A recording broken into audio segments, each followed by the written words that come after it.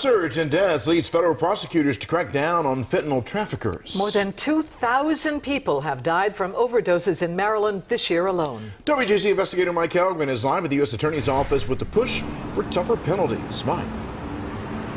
Vic and Denise, here's an example of tougher penalties. If you traffic in heroin and someone dies of an overdose and you're convicted, you'll serve at a minimum 20 years in federal prison with no parole. The feds are increasing their workload, not only looking at the big-time distributors.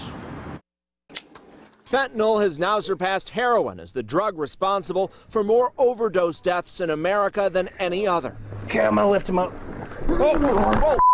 And in Maryland, fentanyl has killed almost 6 people a day this year, an increase of more than 8,000% in the past decade. People, are overdosing left and right, like it's no big deal. Calling this a crisis, federal and local law enforcement are targeting fentanyl distributors.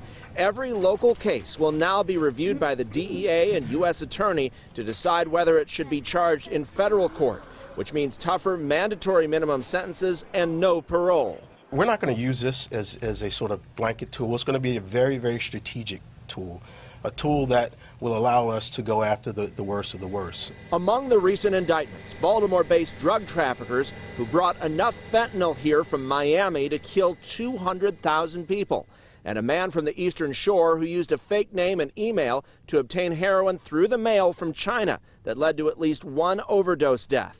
Fentanyl overdoses in Baltimore City kill more people every year than gun violence. The ability to stop and to intercept drug activity, especially targeting fentanyl distribution, which is literally killing people on mass scales, is an integral component to tackling violence in this city. On the horizon, a growing car fentanyl problem.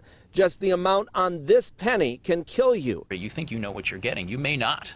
It may be cut with something that's far more potent and deadly than what you expect to be getting.